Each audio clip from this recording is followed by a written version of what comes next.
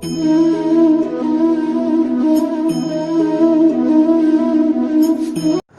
આપણે નવું ચેપ્ટર ચાલુ કરીએ, ચેપ્ટર નંબર 15, જૈવ વિવિધતા અને તેનું સંરક્ષણ. હવે આ ચેપ્ટર શું છે તો કે પૃથ્વી ઉપર જે વિવિધ પ્રકારની જાતિઓ જોવા મળે છે, પ્રાણીની હોય, વનસ્પતિની હોય, ફૂગની હોય કે અન્ય કોઈ પણ સજીવની હોય, તો આ વિવિધતા શું છે? બીજું મેઇન કન્સર્ન છે કે જે આ જૈવ વિવિધતા છે, જે ઘણા બધા પ્રકારની જાતિઓ જોવા મળે છે વનસ્પતિઓમાં, પ્રાણીઓમાં, આ જાતિઓનું આપણે સંરક્ષણ કરવાનું છે. જો એનું સંરક્ષણ નહીં કરીએ, જો આ જાતિઓ લુપ્ત થતી નહીં અટકાવીએ, તો એકંદરે ટૂંકા ગાળે કે લાંબા ગાળે 100% આપણા ઉપર અસર થશે, આપણી જીવન ક્રિયાવિધિ ઉપર અસર થશે. ચાલો, તો જૈવ વિવિધતા એટલે શું? તો કે વિવિધ જાતિઓ જોવા મળે છે. કેસર કેરી, હાફૂસ કેરી, તોતા કેરી, શેરીના કૂતરા, જાહેરાતમાં આવે એવા કૂતરા, ડોબરમેન, આલ્સેશિયન, ગીર ગાય, સાદી ગાય, રોઝી ગાય, તો આ વિવિધ જાતિઓ છે. તો આ વિવિધતા જોવા મળે છે. રેડી? ધ્યાન આપો. આ ચેપ્ટર છે ને એ સમજવું બહુ સિમ્પલ છે, પણ હું તમને એક્ઝામ પોઈન્ટ ઓફ વ્યૂ વાત કરું ને તો એક એક વસ્તુ ટુ ધ પોઈન્ટ આપણે યાદ રાખવાની છે. આ ચેપ્ટરની અંદર જેટલું યાદ રાખવાનું છે ને એટલું હું માનું છું ત્યાં સુધી અન્ય આપણા 12થના એક પણ બાયોલોજીના ચેપ્ટરમાં આટલી વસ્તુ યાદ નથી રાખવાની. ચેપ્ટર સમજવાની દ્રષ્ટિએ બહુ સિમ્પલ છે, અમુક વસ્તુઓ સમજવાની છે, પણ ટુ ધ પોઈન્ટ આંકડાકીય માહિતીઓ આપણને યાદ રહેવી જોઈએ. તો સ્ટાર્ટ અહીંથી કર્યું છે કે પૃથ્વી ઉપર કીડી છે ને એની 20,000 જાત જોવા મળે છે. 20,000 એની જાતિઓ જોવા મળે છે, એટલે 20,000 અલગ અલગ પ્રકારની જાતિઓ છે. મનુષ્યની કેટલી જાતિઓ જોવા મળે છે પૃથ્વી ઉપર? તો કે વન એન્ડ ઓનલી એક જ મળે છે. આપણે કૂતરાની કેટલી મળે છે? તો કે આપણી પાસે સાયન્ટિફિક આંકડો નથી, પણ હું હમણાં કેમ બોલ્યો કે આપણા શેરીવાળા કૂતરા અલગ છે, ડોબરમેન અલગ છે, આલ્સેશિયન અલગ હોય છે, પછી જાહેરાતમાં અમુક નાના આવે છે એ અલગ હોય છે. તો આ એની વિવિધ જાતિઓ છે. કેરીની આપણને 3-4 જાતો આવડતી હોય, ઓરિજિનલી ઘણી બધી છે. રેડી? તો ધ્યાન આપો. તો પૃથ્વી ઉપર કીડીની 20,000 જાતિઓ જોવા મળે છે. ભૃંગ કીટકો 3 લાખ જાત જોવા મળે. ભૃંગ કીટક કોને કહેવાય? બીટલ, ટૂંકમાં કીટક હોય ને ઉપર થોડુંક કઠણ પ્રકારનું હોય, લાલ કે કાળું જનરલી એનું ઉપરનું લેયર હોય, આવા પ્રકારનું હોય ભૃંગ કીટક.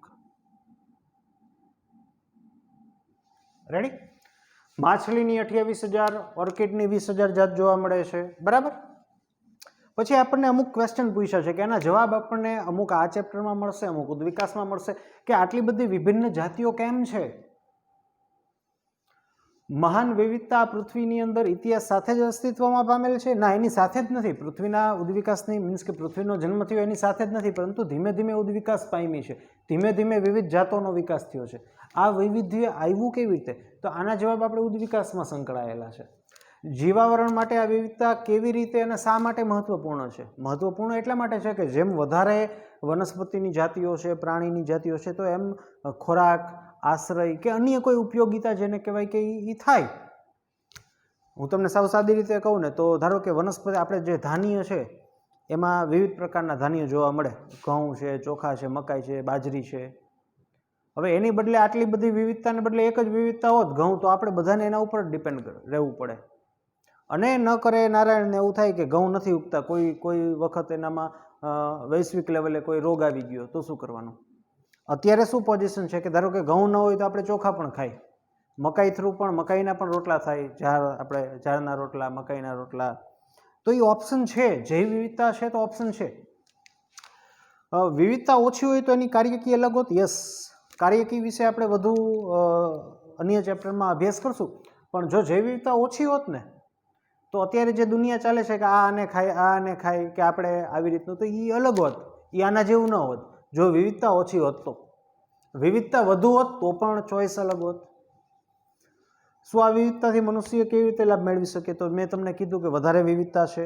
અચ્છા, લાકડું હોય તો લાકડાના ફર્નિચર માટે આપણે સાગનું લાકડું બેસ્ટ કહીએ છીએ, તો સાગના લાકડા સિવાય અન્ય લાકડાનું ફર્નિચર બને. તો આ વિવિધતા છે એટલે એમાં આપણે એનો ભૌતિક રીતે લાભ ઉઠાવીએ છીએ. વિવિધ પ્રકારના ફળોનો ખાવામાં, વિવિધ પ્રકારની ઔષધિઓ, વનસ્પતિ છે એનો ઔષધિ તરીકે આપણે લાભ મેળવીએ છીએ.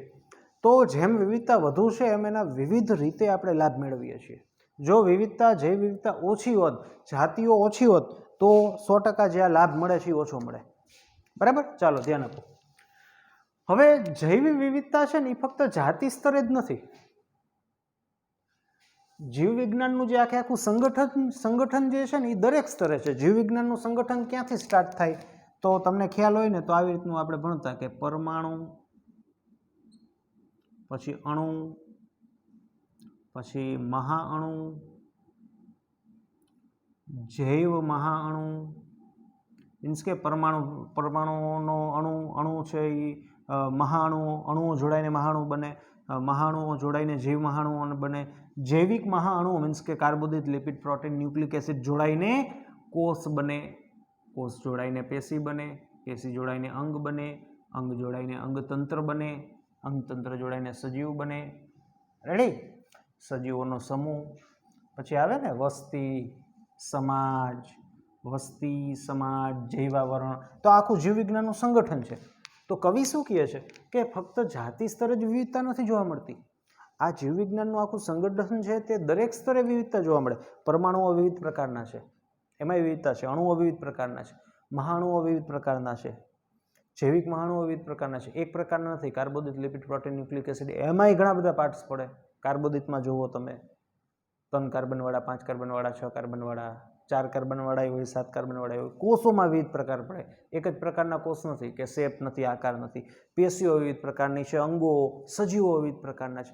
એટલે જૈવ વિવિધતા જાતિ સ્તરે જ નથી જોવા મળતી કે હાફૂસ કેરી ને તોતાપુરી કેરી ને એમ જાતિ સ્તરે જ નહીં. જીવ વિજ્ઞાનના દરેક સંગઠને એનું જેને કહેવાય કે દરેક સંગઠને જૈવ મીન્સ કે વિવિધતા જોવા મળે છે આપણને.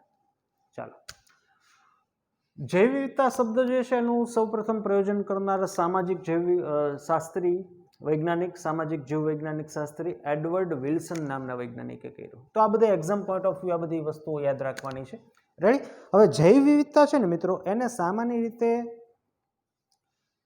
3 રીતે વ્યાખ્યાયિત કરવામાં આવે છે. જૈવ વિવિધતાને સામાન્ય રીતે 3 સ્તરે વ્યાખ્યાયિત કરવામાં આવે છે.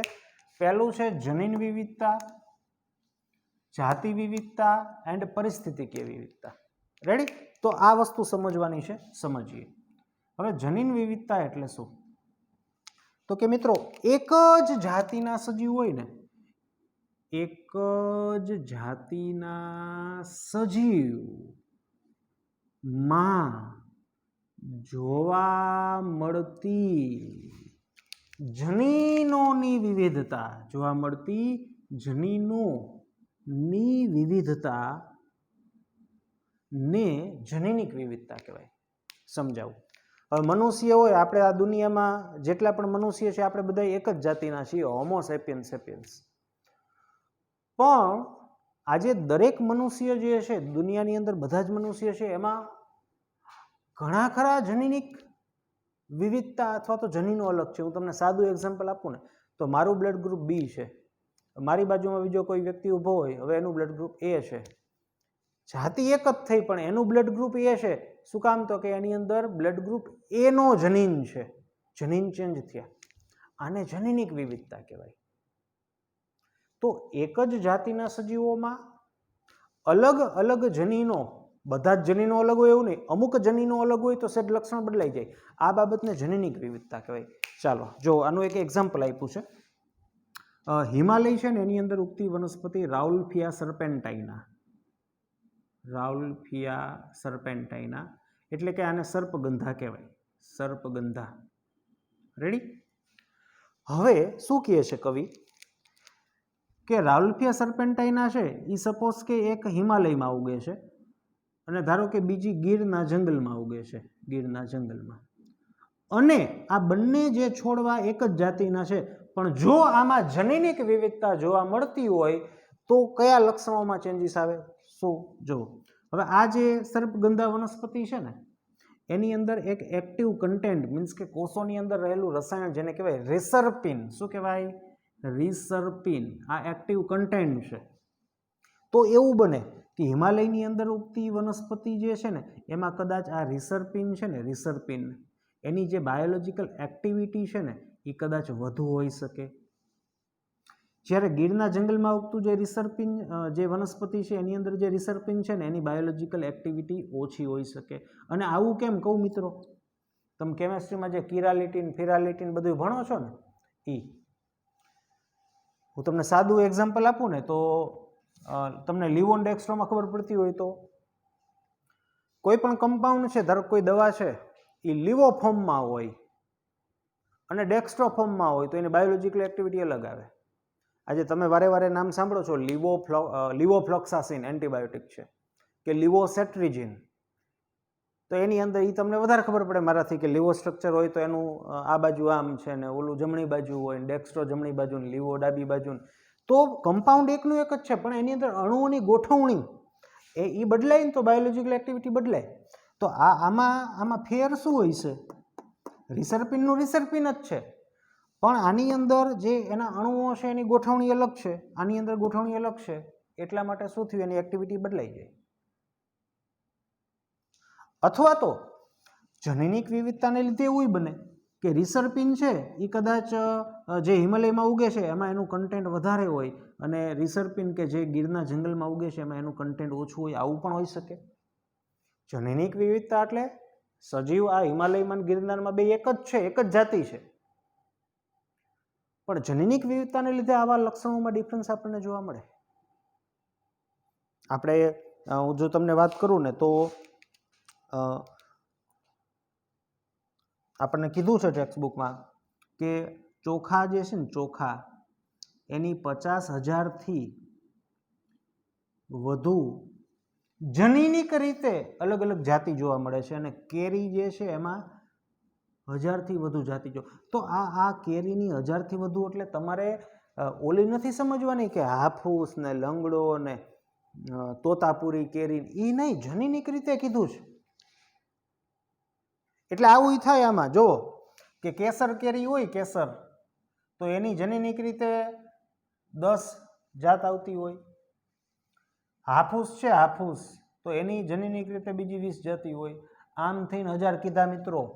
આ ઓમ જાતિ નથી કીધી. ઘણા એવું સમજે કે ચોખાની 50,000 જાત છે બાસમતી ફલાણ, એમ નહીં, આ જનીનિક વાત કરી છે કે એમાં બાસમતી હોય તો એની કદાચ 50 જાત પડતી હોય ને સાદા હોય તો એની પડતી હોય ને, એમ જનીનિક રીતે કીધું છે. લોકો અહીંયા ઊંધું સમજે છે, સાદી જે જાત આપણે વિચારીએ ને એ સમજે છે, નહીં, આ જનીનિક રીતની વાત છે. તો રાલ્ફિયા સર્પેન્ટાઇનના એક્ટિવ કન્ટેન્ટ રિસર્પિન, જેનો હું તમને સાદી રીતે કહું તો રિસર્પિન છે ને બ્લડ પ્રેશર લોવરિંગ ડ્રગ્સ છે, બ્લડ પ્રેશરને ઘટાડવા માટે એનો ઉપયોગ થાય, પ્લસ બ્રેઇન ટોનિક તરીકે પણ ઉપયોગી છે. પણ આપણે અહીંયા મેડિસિનની ચર્ચા નથી કરવાની. જનીનિક વિવિધતા આપણને સમજાવી છે કે હિમાલયને ગીરની અંદર ઉગતી આ વનસ્પતિની જાતિ એક જ હોય અને જો જનીનિક વિવિધતા હોય તો શું ડિફરન્સ આવી શકે? તો કે એવું આવી શકે કે આની બાયોલોજિકલ એક્ટિવિટી વધુ હોય, આની ઓછી હોય, કે કન્ટેન્ટ વધુ હોય ઓછું હોય. બાયોલોજિકલ એક્ટિવિટી શું કામ વધુ ઓછી હોય મેં તમને કીધું કે વસ્તુ એક ને એક હોય પણ મોલેક્યુલ જે છે, અણુ જે છે એની અંદર ગોઠવણી અલગ અલગ હોય તો પણ આવું થાય. રેડી? તો આ થઈ જનીનિક વિવિધતા. જૈવ વિવિધતાને સામાન્ય રીતે 3 રીતે ગણવામાં આવે છે, 3 રીતે દર્શાવી શકાય છે. જનીનિક વિવિધતા, બીજું જાતિ વિવિધતા. જાતિ વિવિધતા શું થાય સમજવું. જો એનું સીધું એક્ઝામ્પલ આપ્યું છે કે ભારતમાં જે પશ્ચિમ ઘાટ છે ને, પશ્ચિમ ઘાટ એટલે કયો થાય? મુંબઈથી ચાલુ થાય, મુંબઈ, ગોવા ને કોંકણ લાઈન આખી થાય કેરેલાવાળી, એ પશ્ચિમ ઘાટ કહેવાય. કોંકણ, બરાબર, એ પશ્ચિમ ઘાટ કહેવાય. પૂર્વ ઘાટ કલકત્તા બાજુ, બિહાર બાજુ. તો ભારતની અંદર જે પશ્ચિમ ઘાટ છે ને ત્યાં ઉભયજીવીની વધુ જાતિ છે, વધુ જાતિઓ છે. કોની સાપેક્ષે? પૂર્વ ઘાટની સાપેક્ષે, પૂર્વ ઘાટની સાપેક્ષે. તમને એમ થાય આમાં ગુજરાતનું નામ કેમ ન લીધું કે રાજસ્થાનનું કેમ ન લીધું?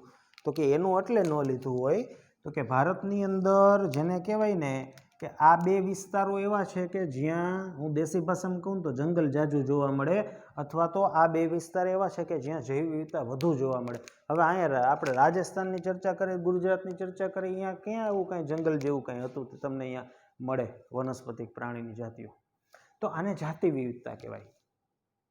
કે ઉભયજીવી વર્ગની વધુ જાતિઓ પશ્ચિમ ઘાટમાં જોવા મળે, એટલે કે ડેટકોઈ જોવા મળે, ફલાણું જોવા મળે, એક્સ વાય ઝેડ, જ્યારે અહીંયા ઉભયજીવી વર્ગના ઓછી જાતિઓ, ઓછા પ્રકારના પ્રાણીઓ જોવા મળે.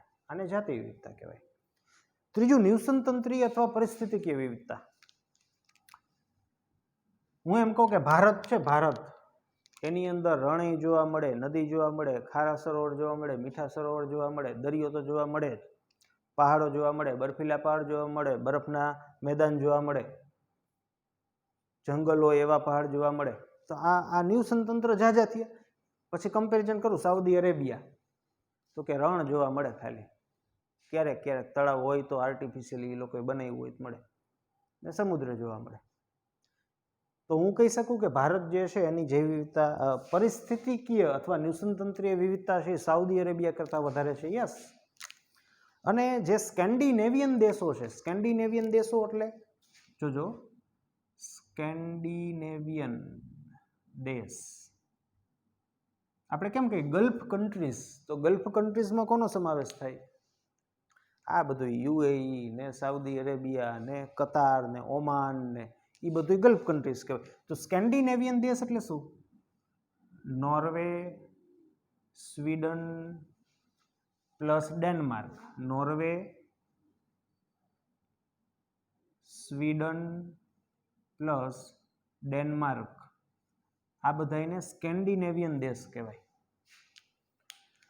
એ શેના માટે પ્રચલિત છે? તો કે પોતાની પરિસ્થિતિકીય વિદ્યા એટલે કે કુદરતી દ્રશ્યો માટે, વિવિધ પ્રકારની નદીઓ, ઝરણાઓ, એના માટે પ્રસિદ્ધ છે અને લોકો અહીંયા ફરવા જાય છે. આપણને કંઈ વાંધો નથી, પણ કવિ એમ કહે છે કે મિત્રો સ્કેન્ડિનેવિયન દેશ કરતાં પણ, સ્કેન્ડિનેવિયન દેશ કરતાં પણ ભારતમાં નિવસનતંત્રીય વિવિધતા વધુ છે. ભલે આપણે જોઈ નથી શકતા, દેખાતી નથી, લાગતું નથી, કારણ કે દેશ મોટો છે એટલા માટે. રેડી? તો અત્યાર સુધી આપણે જે ચર્ચા કરી ને એમાં સમજવાનું આ છે, આ બધું એક્ઝામ પોઈન્ટ ઓફ વ્યૂ તમારે યાદ રાખવાનું છે. આના જવાબ તો મળશે, આ વસ્તુ, આ એડવર્ડ વિલ્સન શું છે, આ સમજવાનું છે. મેઇન વસ્તુ આ છે. એમાં જનીનિક વિવિધતા છે ને, એ મેં તમને સમજાવી કે એક જ જાતિનો સજીવ પરંતુ જનીન અલગ અલગ આપણને જોવા મળે છે. આ બાબતને જનીનિક વિવિધતા કહેવાય. જે ઘઉં ને ચોખાની ઘઉં આપણે ચોખા ને કેરીની જે જાત કીધી છે એ નોર્મલ જાત નથી કીધી, જનીનિક રીતે વિવિધતા ધરાવતી જાત કીધી છે આપણને. રેડી? ચાલો આગળ વધીએ આપણે.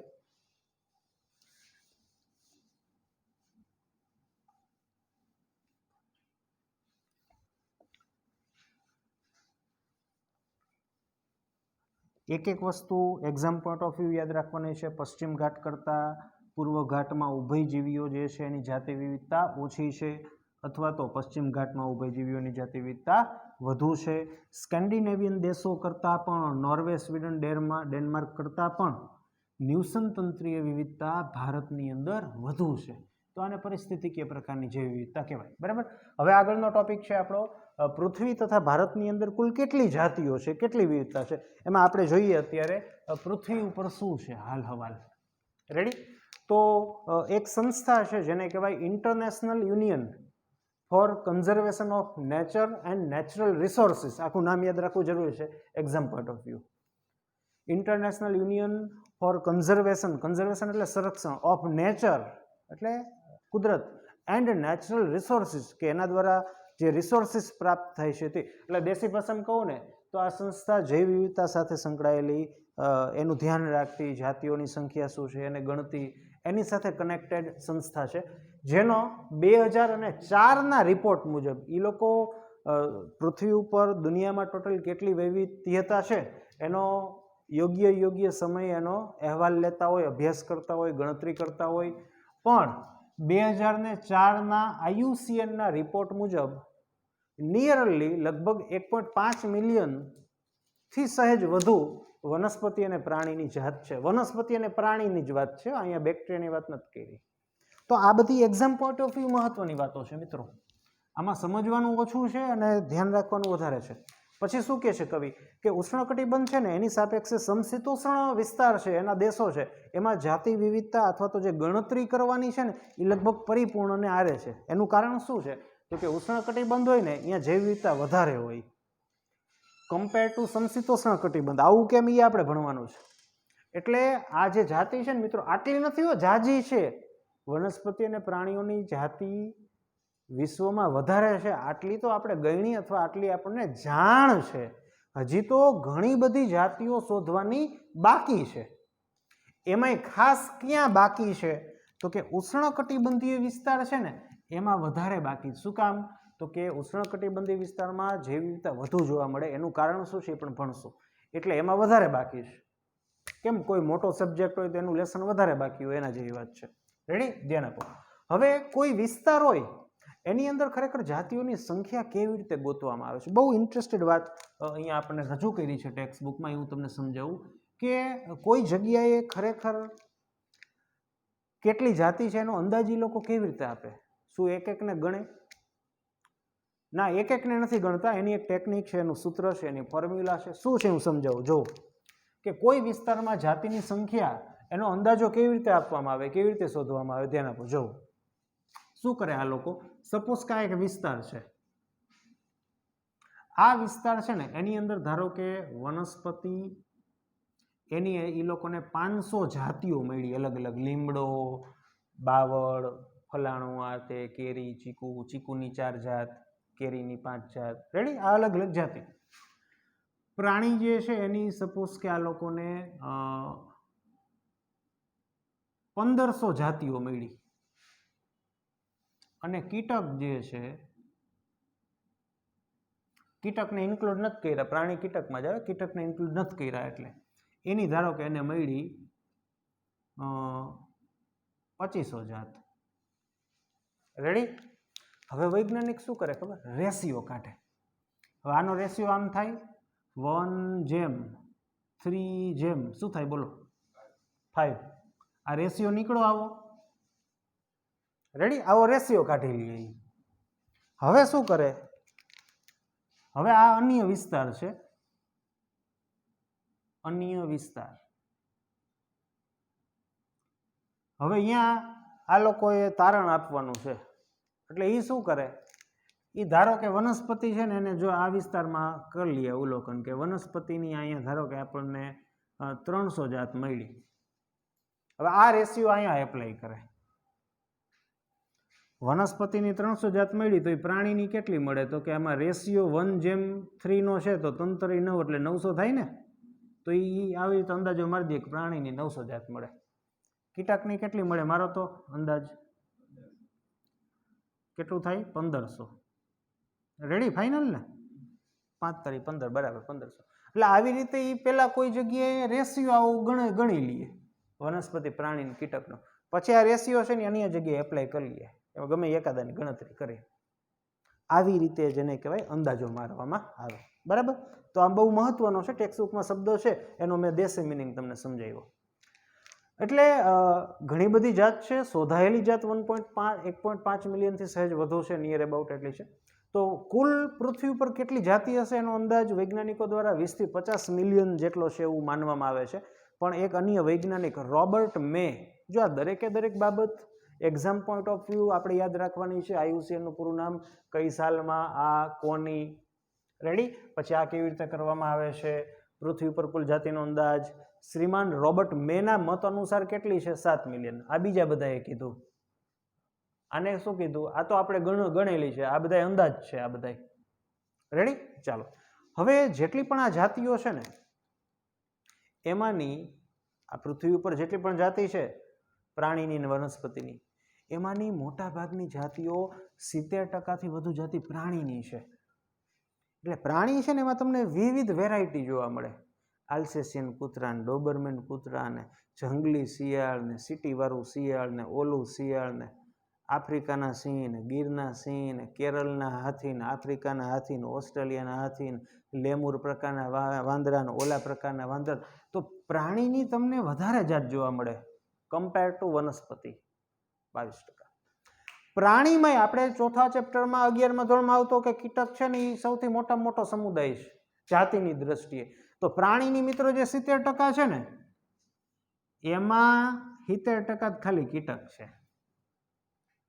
હું ધારો કે એમ કહું કે આ દુનિયામાં 3 લાખ પ્રાણીની જાતિ જોવા મળે તો એ 3 લાખમાં 7 એટલે 2,10,000 તો ખાલી કીટકના પ્રકાર છે કે કીડી ને, મકોડા ને, ઉડતા હોય એવા ને, હેલિકોપ્ટર ને, પતંગિયા ને, આન તે ને. તો ટોટલ પ્રાણીની જોવા મળે પણ પ્રાણીની અંદર કીટક વર્ગ છે એની મેક્સિમમ એમાઉન્ટમાં જેને કહેવાય કે જાતિ વિવિધતા જોવા મળે, જાતિઓ જોવા મળે. સંખ્યા નથી કહેતો, પ્રકાર કહું છું. બાકી અન્ય પ્રાણીઓના ભાગમાં આવે 30%, કે ટોટલ પ્રાણીના 30% જાતિઓ જ અન્ય પ્રાણીની છે, એમાં 70% કીટકની છે. એટલે આનો રેશિયો આવો થાય કે દર 10 પ્રાણીઓએ 7 કીટકો છે. આપણે કેમ આવે રેશિયો કે દર 6 વ્યક્તિએ દુનિયામાં 1 વ્યક્તિ ભારતીય છે, એ આપણે રેશિયો કાઢે ને એ કઈ રીતે કાઢ્યો હોય? ભારતની વસ્તી 1 અબજ હોય, નોની 6 હોય તો એવી રીતે કાઢ્યો. તો દર 10 પ્રાણીઓએ 7 કીટકો છે, તો કીટકની જૈવ વિવિધતા વધારે છે. બરાબર. અને ઓલ ઓવર જો ચર્ચા કરીએ, જો તમને આવા ગ્રાફ આપેલા છે ટેક્સ્ટ બુકમાં,